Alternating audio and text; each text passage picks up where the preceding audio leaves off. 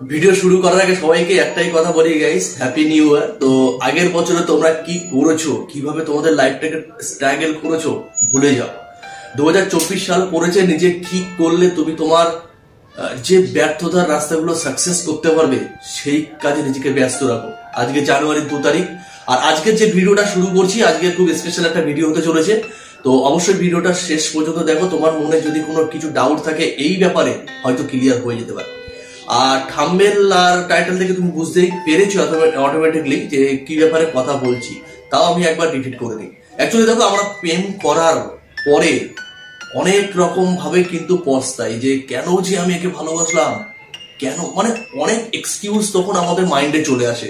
কারণ আমরা ঠিকঠাক গার্লফ্রেন্ড পাই না, রিয়েলাইজ করি যে এ আমার জন্য পারফেক্ট নয়, অথচ আমি তাকে খুব ভালোবাসি, ভালোবাসার জালে পুরো ফেসে গেছি, না আমি ওকে ছাড়তেও পারবো না চাইলে। তো অবশ্যই এই রিলেশনে পড়ার আগে তোমার গার্লফ্রেন্ড কেমন বা কি কি জিনিসগুলো লক্ষ্য করে গার্লফ্রেন্ড বানাবে সেই ব্যাপারে আজকে আলোচনা করব। যারা যারা ভাইরা বা দাদারা এইসব সিচুয়েশনের মধ্যে রয়েছে, আজকের ভিডিও দেখে সেই সব ফর্মুলাগুলো ইউজ করো। যদি তাদের মধ্যে এখন নেগেটিভ জিনিসগুলো পাও গাইস, তাহলে অবশ্যই তার চিন্তা ভাবনা আজ থেকেই দূরে রেখে দাও। কারণ একটা কথাই বলে, দুষ্টু গোয়ালের থেকে শূন্য গোয়াল অনেক ভালো। তোমরা এই কথাটা অবশ্যই অনেকবার শুনেছো তোমাদের সিনিয়র আশেপাশের লোকের কাছ থেকে।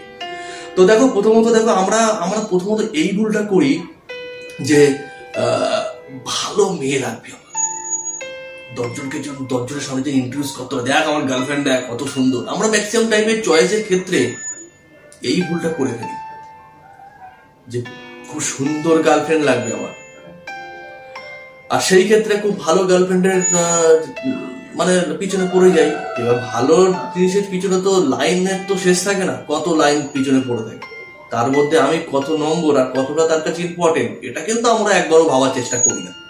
তো প্রথমত দেখো, তোমাদের এই ক্ষেত্রে বলবো, তোমরা রিলেশনে তাকে ভালোবাসার আগে বা প্রপোজ করার আগে অবশ্যই তার ক্যারেক্টার কেমন এটা জানার চেষ্টা করো, প্রথম কথা।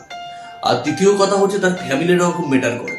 কারণ তুমি তাকে ভালোবাসো, আজকে তাকে নিয়ে ঘুরছো, আমি মানছি সে তোমার কাছে অনেক বেটার, তোমাকে খুব ভালোবাসে, কিন্তু যখন ম্যারিড লাইফের পরে এখন ফ্যামিলির ভালোবাসাটা যদি তুমি ঠিকঠাক না পাও, তো তাহলে কিন্তু ঠিক কেমন একটা মনে হয় যে শ্বশুর বাড়ির আদর যত্নটা ঠিক পাচ্ছ না, বা শ্বশুর বাড়ির আদর যত্নটা একটু অন্যরকম হয়। যারা এইসব সিচুয়েশনের মধ্যে রয়েছে তারা জানো, সেখান থেকে যদি তুমি বঞ্চিত হও, নিজের প্রতি নিজে একদিন আফসোস করবে। হ্যাঁ, আদর যত্ন মানে যে ভালো মন্দ খাওয়ানো তা নয়, একটা মিষ্টি মুখের ব্যাপার থাকে, একটা আলাপ থাকে। এই জিনিসগুলো থেকে তুমি যখন পাবে না, তোমার খুবই খারাপ লাগবে। তো এই জিনিসটাও তুমি খেয়াল করবে যে তার ফ্যামিলি কেমন। প্রথম বললাম, সৌন্দর্যের পিছনে ছুটবে না। একটা কথা সবসময় মনে রাখবে, একটা সুন্দর জিনিসের পিছনে অঢেল মানুষ থাকে, তার মধ্যে তুমি যদি লাইন দাও, তুমি তার কাছে ইম্পর্টেন্ট নও। আর একটা যদি তুমি যে সে সুন্দর নয়, হয়তো তাকে আঙুল তুলে 10টা লোক 10 রকম কথা বলে, তার দেখার দিক থেকে তাকে যদি তুমি প্রপোজ করো, সে তার কাছে কিন্তু তুমি বিশাল বড় ইম্পর্টেন্ট মানুষ হয়ে যাবে, যে এত লোক আমাকে ঘৃণা করে অথচ স্পেশালি একজন আমাকে খুব ভালোবাসে। তো এটাও কিন্তু খুব ইম্পর্টেন্ট। তো দ্বিতীয়, ফ্যামিলিটা খুব জানা দরকার।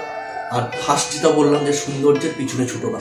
আর দ্বিতীয় আর 3 নম্বর কথা যেটা, তোমার গার্লফ্রেন্ডকে আজই ভালো লাগে বলে, তোমার গার্লফ্রেন্ডকে বললাম মানে তুমি তাকে নিয়ে ভাবছো তাই বললাম, আজই তাকে ভালো লাগে বললেই যে 2-3 দিনের মধ্যে তাকে প্রপোজ করে দিচ্ছ বন্ধুদের হেল্প করে নিয়ে বা যে কোনো কিছুতে, এটা কখনোই করো না।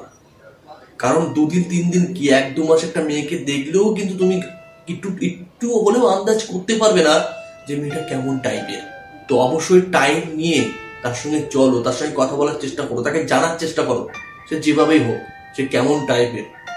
যখন 3-4 মাস তাকে ফলো করবে, জানবে, তাহলে তুমি ক্লিয়ার নিজেই হয়ে যাবে যে আমার জন্য পারফেক্ট কিনা, ও গুড ক্যারেক্টার না ব্যাড ক্যারেক্টার। তুমি নিজেই তোমার কাছে নিজেই পুরো ক্লিয়ার হয়ে যাবে। আর তুমি যদি অন্ধ ভালোবাসা নিজেকে ওই টাইমে ডুবিয়ে রাখো, ফিউচার কিন্তু খুব খারাপ বস। তো এই জিনিসটা খেয়াল করলে, মানে 3 নম্বর পয়েন্ট যেটা বললাম, হট করে প্রপোজ করবে না, ভালো লাগেই মনে প্রপোজ করতে হবে এটা নয়। আর এইসব যারা করে সেসব ছেলেটা ভালো মাইন্ডের পয়েন্ট, তারা এটাই ভাবে 2 দিন এনজয় করেও ছেড়ে দেবো, খারাপ হোক ভালো মনে যায় আসে না, এরকম মেন্টালিটি নিয়ে ভালোবাসা থেকে না বসাই ভালো গাইস। তো এটা হলো। আর চতুর্থ হলো, ও যদি কাউকে ভালোবাসে, হয়তো ছেলেটা তাকে পাত্তা দিচ্ছে না, হয়তো ওর মনেও কারোর নাম লেখা রয়েছে, হয়তো সেও অনেকদিন ধরে তাকে ভালোবাসে, ছেলেটা হয়তো পাত্তা দিচ্ছে, সেই মাঝখানে থার্ড পার্সন হয়ে তার নামে উল্টো পাল্টা কথা বলে বা তার নেগেটিভটা তার মাথায় ঢুকে তুমি তার কাছে পজিটিভ পার্সন হতে যেও না।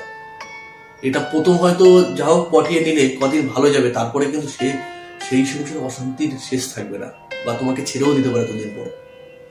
এরকম করো না, মানে একটা বাম্পার রয়েছে তাকে ওভারটেক করে গিয়ে করবে, এটা উচিত নয়। সে যদি পুরো সিঙ্গেল থাকে, তার লাইফে যদি কেউ না থাকে, তাহলে আগাও বস। আর একটা কথা, আর পঞ্চম যে চ্যাপ্টারটা তোমাদেরকে বলি, 5 নাম্বার, সে যদি তোমাকে পছন্দ না করে, দেখো সবারই মধ্যে কিন্তু একটা চয়েসের ব্যাপার থাকে, সবারই একটা নির্দিষ্ট চয়েসের ব্যাপার থাকে। তার ক্ষেত্রে তুমি যদি পারফেক্ট না হও, তাহলে সম্পর্ক আগিয়ে না। কারণ সে তোমাকে ভালোবাসে না, জোর করে রিলাইজ করাচ্ছ ভালোবাসো ভালোবাসো ভালোবাসো, আমি তোমাকে হ্যাপি রাখবো, আমি তোমাকে মাথায় তুলে রাখবো, এটা ভালোবাসা নয়। তো এটা কখনোই করো না। সে যদি তোমাকে পছন্দ না করে, হাসি মুখে তাকে বিদায় দাও, ওর বেটার কিছু আছে বস। তো এই যে তোমাদের 5টা শর্ত বললাম, ভিডিওটা যদি বুঝতে না পারো আরেকবার রিপিট করো বস, খুব কাজে লাগবে। আবেগের বশে ভালোবাসার পাল্লায় পরে পস্তিও না, না যেতে পারবে সামনে, না যেতে পারবে পিছনে, মাঝখানে ছুড়ে থাকবে। সো এইসব জিনিসগুলো ফলো করে তুমি যদি সামনের দিকে আগিয়ে যাও, তো আশা করি তুমি বেটার একটা গার্লফ্রেন্ড পাবে। আর সামনের সঙ্গে সঙ্গে এই জিনিসটা রিয়েলাইজ করবে, সত্যি ভালোবাসাই। চলো ভিডিওটা এই পর্যন্ত রাখছি। আর তুমি যদি আমার চ্যানেলে প্রথম হও, অবশ্যই চ্যানেলটা সাবস্ক্রাইব করো, কারণ তোমার একটা সাবস্ক্রাইব আর একটা লাইক কমেন্ট আমার কিন্তু ভিডিও করতে উৎসাহ করে বসে। আর তোমার মধ্যে যদি কোনো প্রশ্ন থাকে আমাকে কমেন্ট করো, অবশ্যই উত্তর দেবো।